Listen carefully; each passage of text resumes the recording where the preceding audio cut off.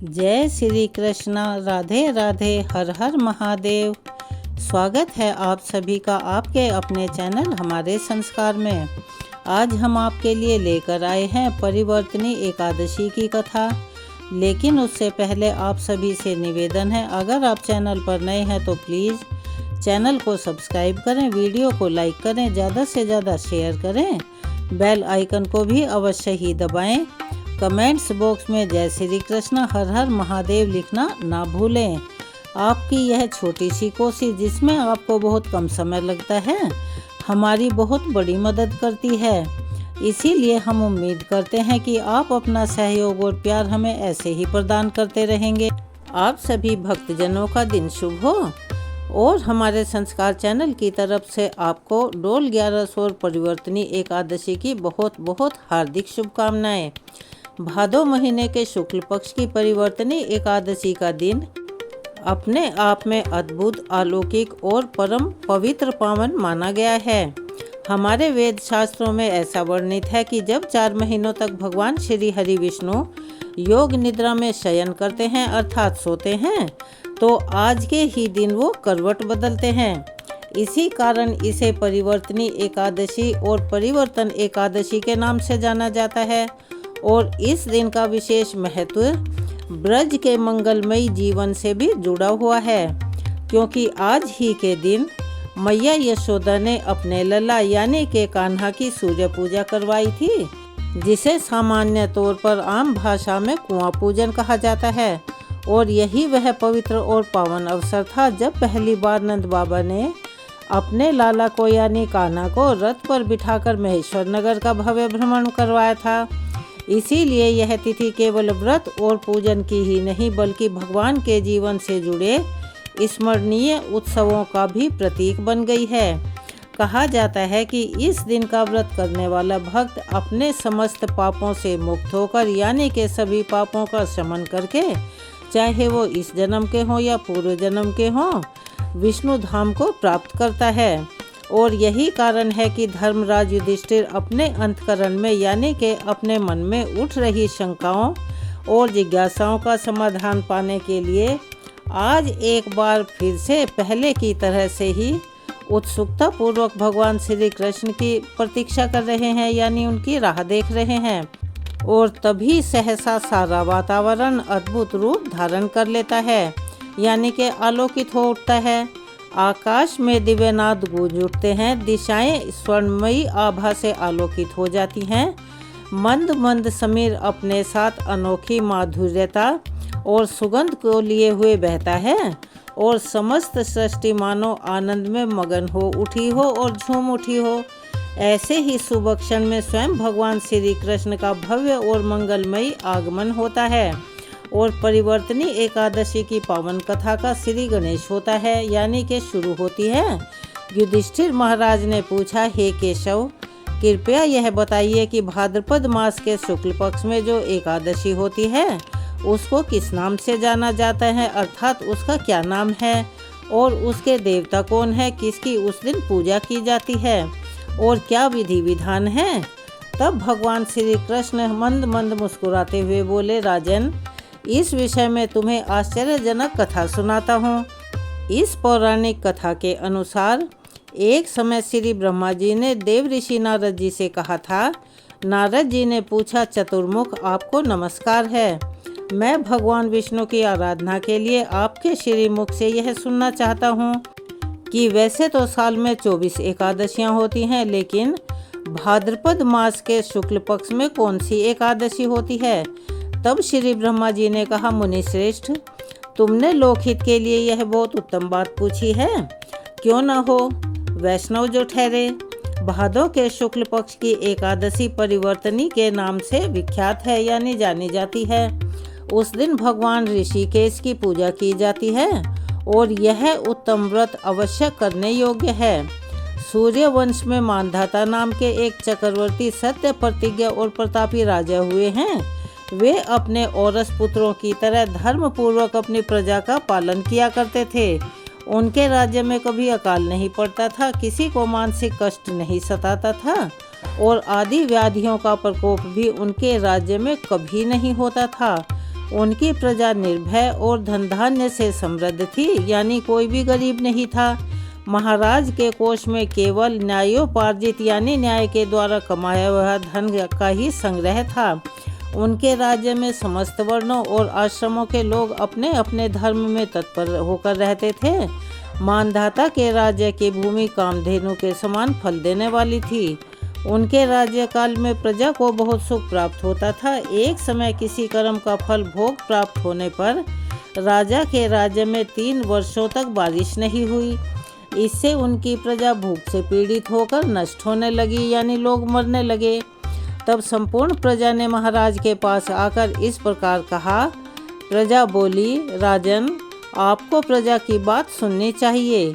पुराणों में मनीषी पुरुषों ने जल को नार कहा है। वह नार ही भगवान का अयन अर्थात निवास स्थान है।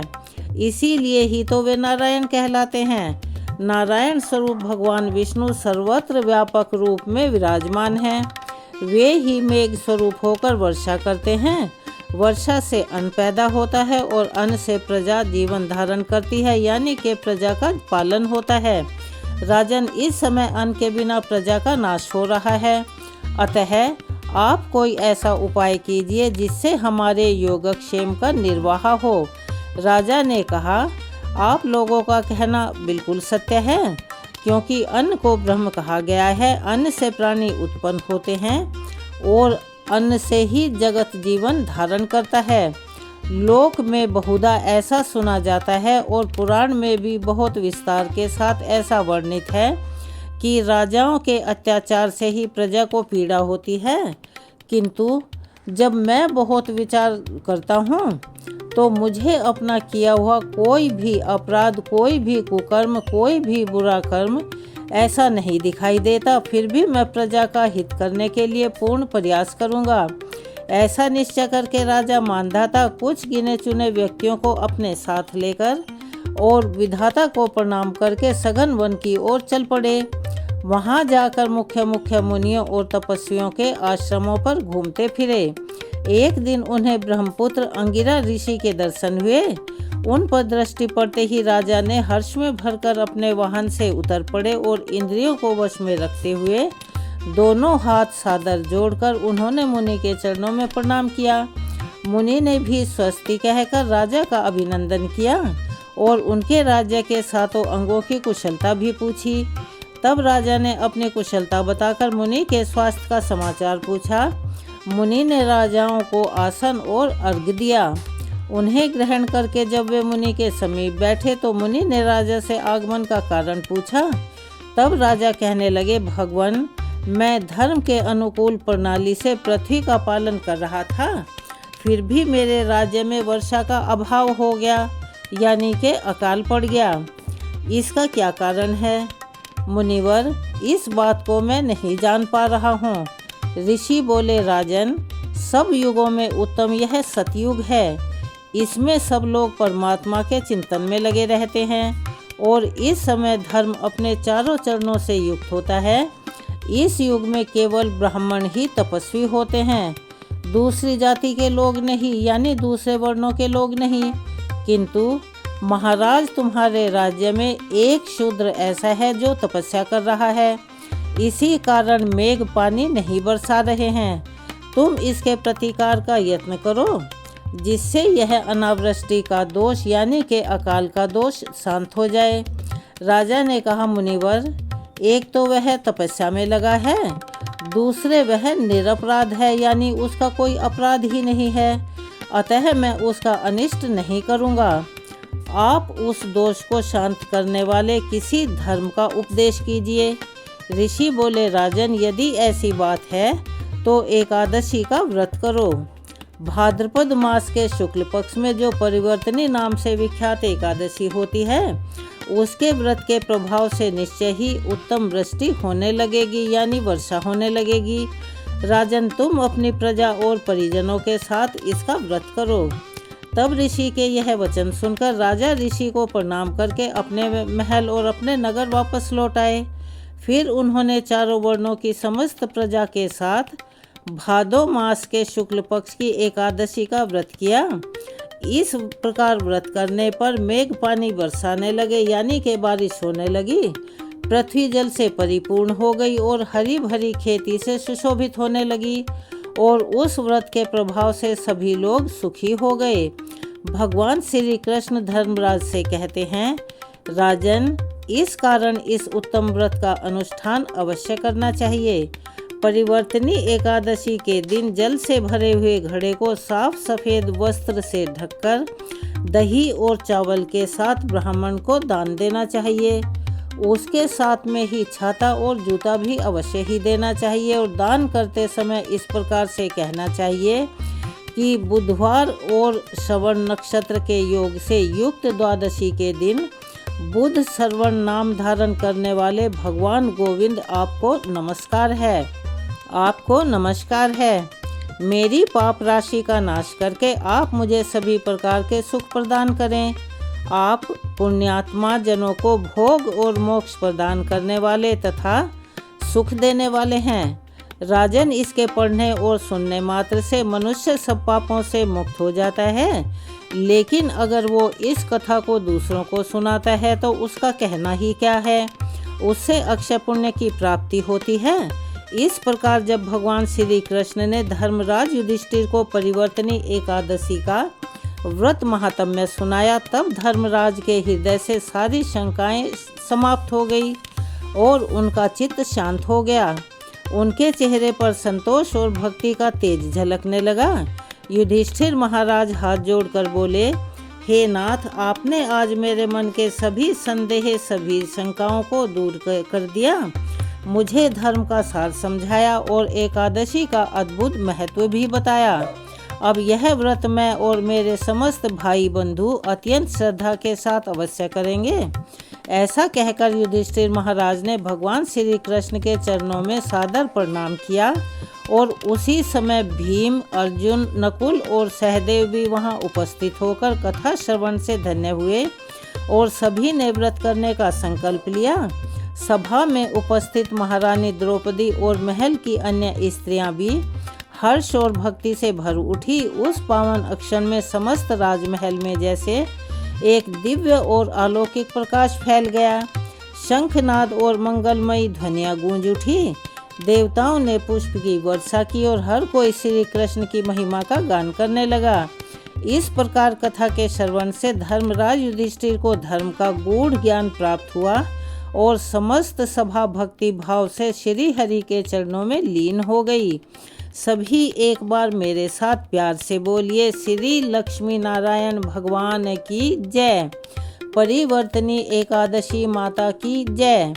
परंतु भक्तजनों, यह कथा यहीं पर समाप्त नहीं होती है, क्योंकि शास्त्रों में स्पष्ट कहा गया है कि जब तक भगवान श्री हरि की प्राण प्रिया तुलसी माता की कथा का इस दिन श्रवण ना कर लिया जाए, तब तक एकादशी की कोई भी कथा, कोई भी पूजा, कोई भी जप तप नियम पूर्ण नहीं माने जाते। तुलसी माता ही वह पवित्र स्वरूप है जिनकी सेवा और पूजन से स्वयं श्री नारायण प्रसन्न होकर भक्तों को अक्षय पुण्य का फल प्रदान करते हैं। जिस प्रकार दीपक के बिना अंधकार दूर नहीं होता, उसी प्रकार तुलसी की महिमा के बिना एकादशी का व्रत अधूरा होता है। इसीलिए हम आपको सुनाने जा रहे हैं। आप ध्यानपूर्वक और प्रेम से सुनिए। श्री हरि की प्रियतमा, समस्त भक्तों का मंगल करने वाली पुण्य की मूर्ति माता तुलसी की यह पावन पवित्र कथा। एक बार की बात है, भगवान श्री राम और माता सीता जी अपने 14 वर्ष के वनवास के दौरान चित्रकूट में आराम कर रहे थे। तब तुलसी माता से मिलने वाले पुण्य फलों के बारे में वे आपस में बात कर रहे थे। बातों ही बातों में माता सीता जी के मन में कुछ ऐसे प्रश्न उठे कि जिनकी वो उत्तर जानना चाहती थी। तो उन्होंने भगवान श्री राम से कहा, हे प्रभु, मेरे मन में कुछ प्रश्न उठ रहे हैं जिनके उत्तर जानने के लिए मेरा मन अति उतावला और बेचैन हो रहा है। तब भगवान श्री राम ने कहा, हे देवी, आपके मन में भला ऐसे कौन से प्रश्न उठ रहे हैं? आप शीघ्रता से मुझे बताइए, मैं आपके सभी प्रश्नों के उत्तर और उनके रहस्य भी तुम्हें अवश्य बताऊंगा। तब माता सीता ने हाथ जोड़कर कहा, हे प्रभु, तुलसी को जल कैसे देना चाहिए और तुलसी को जल देने की सर्वोत्तम विधि कौन सी है? तुलसी को जल देने का मंत्र कौन सा है? तब भगवान श्री राम देवी सीता से कहने लगे, हे देवी, तुलसी जी में जल अर्पित करते समय यह 3 शब्द कहें, जिससे गरीबी दूर हो जाएगी और घर में धन सुख समृद्धि सभी आ जाएगी। एक बार माता सीता ने भगवान श्री राम से तुलसी जी को जल देने के महत्व के बारे में पूछा, तो भगवान ने उन्हें उसका महत्व सुनाया। तब आगे माता सीता जी ने कहा, हे स्वामी, आपने मुझे तुलसी जी को जल देने का महत्व तो बता दिया, परंतु अब मेरे मन में यह जानने की जिज्ञासा हो रही है कि तुलसी को जल किस प्रकार देना चाहिए, जल की सर्वोत्तम विधि कौन सी है, जल देने का मंत्र कौन सा है। कृपया आप मुझे इन सभी प्रश्नों का उत्तर दीजिए। तब भगवान श्री राम ने माता सीता से कहा, हे प्रिय, जिस प्रकार से मैंने तुम्हें तुलसी का महात्म्य सुनाया, उसी प्रकार से तुलसी को जल देते समय बोले जाने वाले मंत्र का भी बड़ा महत्व माना गया है। यह मंत्र केवल 3 शब्दों का है, परंतु इसका प्रभाव बहुत ही चमत्कारी है। जो भी मनुष्य नित्य तुलसी को जल देते समय अपने मुख से केवल यह 3 शब्द बोलता है, तो साक्षात माँ लक्ष्मी उसके घर में प्रवेश करती हैं और स्थायी निवास करती हैं और उसकी दरिद्रता चुटकियों में दूर करती हैं। उसे धन धान्य की प्राप्ति होती है। हे देवी, उस मंत्र को बताने से पहले मैं आपको तुलसी के इस मंत्र का महत्व भी बता रहा हूँ। इस महात्म्य को सुन लेने मात्र से ही मनुष्य के समस्त पापों का नाश हो जाता है और उसे कई वर्षों तक तुलसी को जल देने का पुण्य भी प्राप्त होता है। इसीलिए हे देवी, आप भी इस कथा को ध्यानपूर्वक भक्ति भाव से अवश्य ही सुनिए। तब माता सीता ने कहा, हे प्रभु, मैं तो इस कथा को पूरा अवश्य सुनूंगी। कृपया अब आप मुझे तुलसी के मंत्र का महात्म्य सुनाइए। क्योंकि माता सीता को तो वह मंत्र जानना था, उनके मन में उसी मंत्र को जानने की जिज्ञासा अति प्रबल हो रही थी। तब भगवान श्री राम कहने लगे, हे देवी, एक समय दक्षिण दिशा में एक अत्यंत शोभायमान नगरी थी। उसी नगरी में एक सुरेश नाम का खोटी बुद्धि वाला ब्राह्मण रहा करता था। यानी ब्राह्मण होकर भी वह मलिन बुद्धि रखता था और वह पापियों का तो जैसे शिरोमणि यानी के सरदार ही था। उसका जन्म एक ऐसे ब्राह्मण परिवार में हुआ था जो पाप कर्म करने वाले और शास्त्र ज्ञान से शून्य थे। वह जन्म से तो ब्राह्मण था, लेकिन कर्म से वह अत्यंत दुराचारी था। ना तो वह पूजा पाठ करता था, ना ही घर आए अतिथियों का सत्कार करता, और यहाँ तक कि अपने द्वार पर आए हुए अतिथियों को बिना कुछ दान दिए ही निर्दयता पूर्वक और बड़ी क्रूरता से भगा दिया करता था। और सदा ही पराई स्त्रियों को देखकर उनमें आसक्त रहता था। और वह शराबी भी था, यानी मदिरा पान करने की भी उसको बुरी आदत थी। साथ ही वह मांस भी खाता था। दिन में खेतों में काम करके पत्ते बेचकर जीविका चलाता, रात में व्यभिचार करता था। इस प्रकार से उस ब्राह्मण ने अनेक वर्षों तक जीवन व्यतीत किया। फिर एक दिन वह दुर्बुद्धि बेचने के लिए पत्ते इकट्ठे करने लगा। एक ऋषि के आश्रम के आसपास घूमने लगा और वहां लगे हुए पेड़ों से पत्ते तोड़ने लगा। तो वहीं पर एक काल रूपधारी काले भयानक सर्प ने उस ब्राह्मण को डस लिया और उसी समय तत्काल उसकी मृत्यु हो गई। तब उसके बाद 2 यमदूत उसे लेने के लिए उस स्थान पर प्रकट हो गए और उसे उठाकर यमलोक ले जाने लगे। मार्ग में वह यमदूतों के सामने बहुत करुण विलाप करने लगा और बोला कि हे दूतों, मुझे कहाँ लेकर जा रहे हो? मुझे छोड़ दो। लेकिन यमदूत उसे यह कहकर घसीटते हुए लेकर जा रहे थे कि अरे दुष्ट दुर्बुद्धि ब्राह्मण, तेरे पाप कर्मों के कारण तुझे सांप ने डस लिया है। अब तो यमराज जी तुझे अवश्य ही घोर नरक में डाल देंगे। फिर यम के दूत उस ब्राह्मण को लेकर यमलोक पहुंच गए और यमराज जी के सामने खड़े हो गए। तब चित्रगुप्त, जो कि सबका लेखा जोखा रखते हैं, चित्रगुप्त महाराज जी उस समय ब्राह्मण का लेखा जोखा निकालकर यमराज जी से कहने लगे, हे धर्मराज, इस ब्राह्मण ने बचपन से लेकर मृत्यु तक पाप ही पाप किए हैं। अपने पूरे जीवन में इसने भूल से भी कोई पुण्य का काम किया ही नहीं है। तब धर्मराज जी अपने दूतों से कहने लगे कि हे दूतों, इस घोर पाप करने वाले ब्राह्मण को यहाँ से उठा कर ले जाओ और नरक में डाल दो। फिर यम के दूत उस पंडित को लेकर नरक की भयंकर अग्नि में धक्का दे देते हैं, यानी धकेल देते हैं। तो अनेक वर्षों तक नरक में सजा भुगतने के बाद उस ब्राह्मण को अपने दूसरे जन्म में एक बैल का शरीर मिला। बैल का जन्म पाकर वह बोझा उठाने का काम करने लगा। उसका मालिक उससे दिन रात काम करवाने लगा। फिर जब वह बैल कमज़ोर हो गया, यानी कि उसकी शक्ति क्षीण हो गई, तो उसके मालिक ने उसे एक लंगड़े आदमी को बेच दिया। तो उस लंगड़े आदमी ने उस बैल को खुद का बोझ उठाने के काम में उपयोग करना शुरू कर दिया, यानी वह उसकी पीठ पर बैठकर दूर दूर घूमता था। इस प्रकार से उस बैल ने 10 वर्षों तक उस लंगड़े आदमी का बोझा उठाया। फिर एक दिन वह लंगड़ा आदमी उस बैल की पीठ पर बैठकर किसी ऊंचे पर्वत पर जा रहा था। उस पर्वत पर बहुत देर तक चढ़ाई करने के कारण वह बैल अति थक गया। उसकी शक्ति कम हो गई और वह बेहोश होकर जमीन पर गिर पड़ा और अंतिम सांसें लेने लगा। तो वहां पर खड़े लोगों को उस बैल पर बड़ी दया आई और वह उसके मुख में पानी डालने लगे। उन्हीं लोगों में एक पुण्यात्मा इंसान भी था। उसने उस बैल का कल्याण करने के लिए अपने जीवन भर का समस्त पुण्य उस बैल को समर्पित कर दिया। तो वहां पर खड़े हुए कुछ और लोग ने भी अपने अपने पुण्य उस बैल को समर्पित कर दिया। जब सभी लोग अपना अपना पुण्य उस बैल को समर्पित कर रहे थे, तो वहीं भीड़ में एक वेश्या भी खड़ी हुई थी। यह सब देखकर उस वेश्या ने भी अपना पुण्य उस बैल को दे दिया। फिर कुछ ही क्षणों के बाद उस बैल की मृत्यु हो गई और फिर उस स्थान पर यमदूत आए और उस बैल के शरीर से उस ब्राह्मण की आत्मा को निकालकर यमलोक ले गए। यमलोक में ले जाकर उसे यमराज जी के सामने खड़ा कर दिया।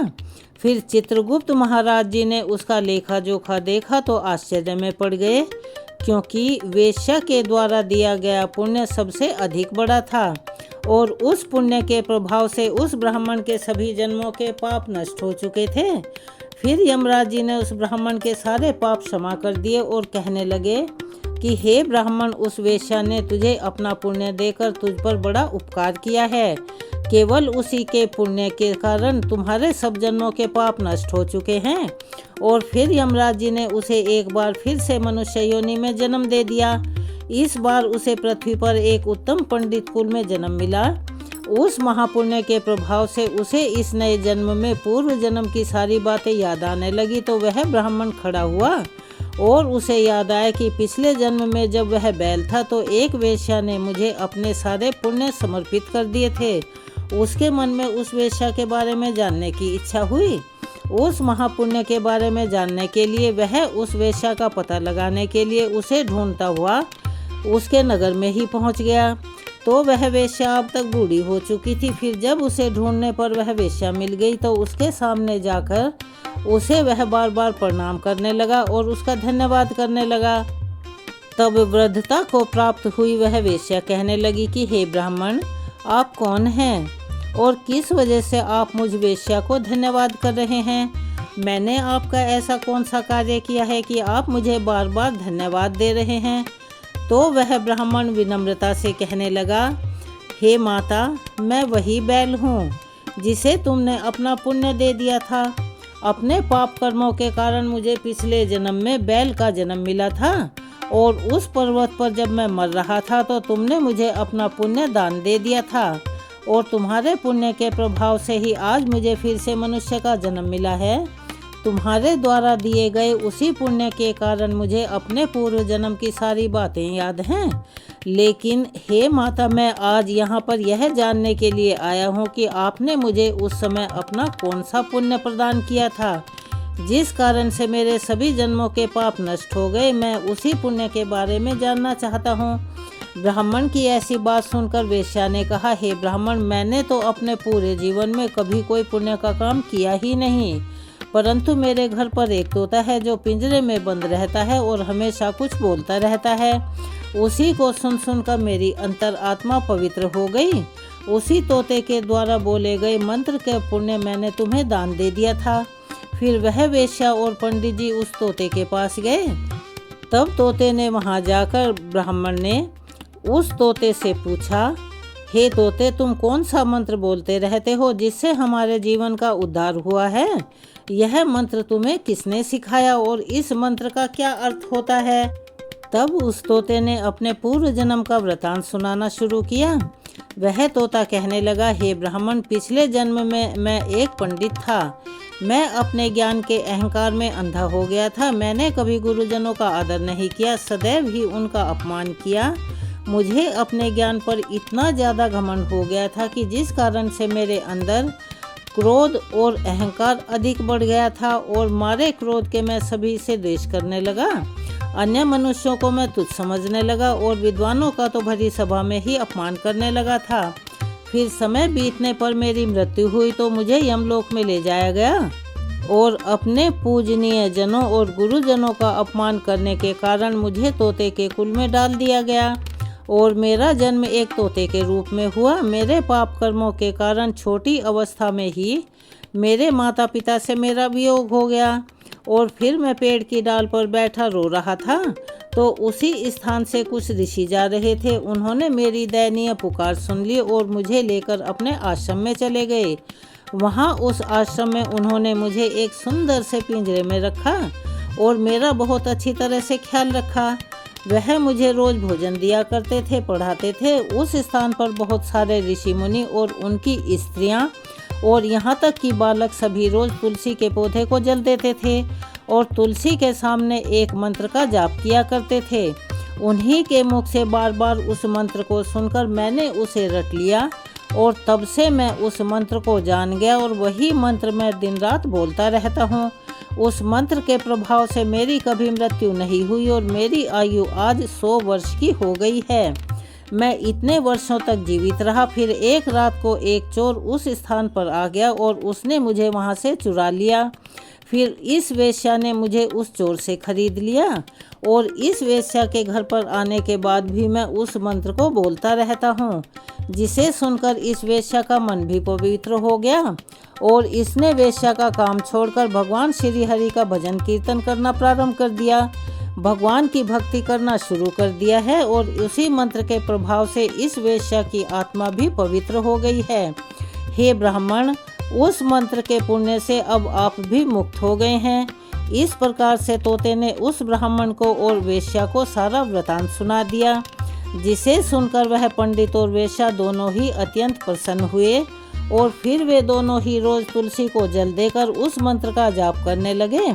फिर वह तोता, वेश्या और वह ब्राह्मण तीनों उस मंत्र के प्रभाव से दिव्य विमानों में बैठकर भगवान श्री हरि विष्णु के लोक को चले गए। यह सारा वृतांत सुनाकर भगवान श्री राम कहते हैं, हे देवी, देखा आपने केवल तुलसी के इस मंत्र के प्रभाव से ही तोते, उस वेश्या और पंडित के सभी पाप नष्ट हो गए। इसीलिए सभी मनुष्यों को रोज तुलसी को जल देते समय एक मंत्र का उच्चारण अवश्य करना चाहिए। हे देवी, वह मंत्र इस प्रकार है, जिसे आप भी ध्यान से सुनिए। ओम श्री हरि प्रियाय नमः। ओम श्री हरि प्रियाय नमः। ओम श्री हरि प्रियाय नमः।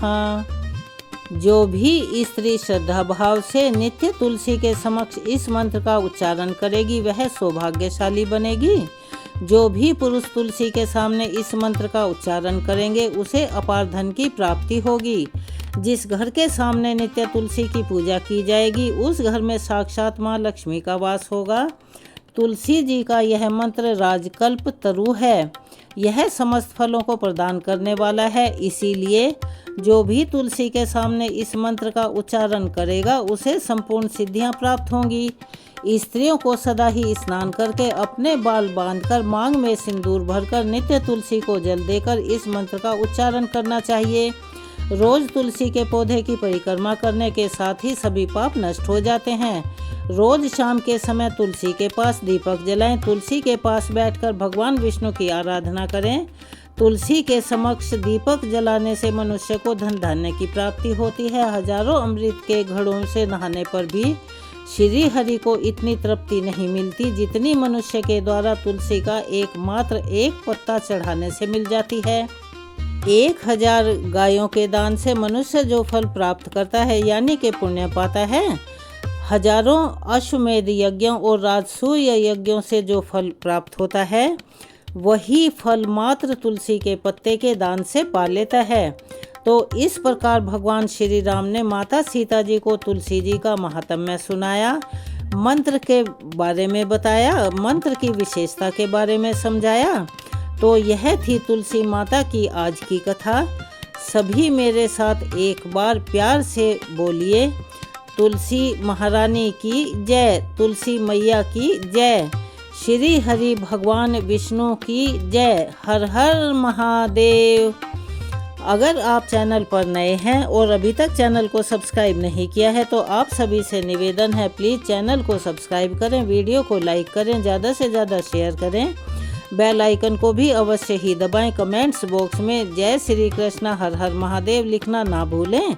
अपना प्यार और सहयोग हमें ऐसे ही प्रदान करते रहें। धन्यवाद।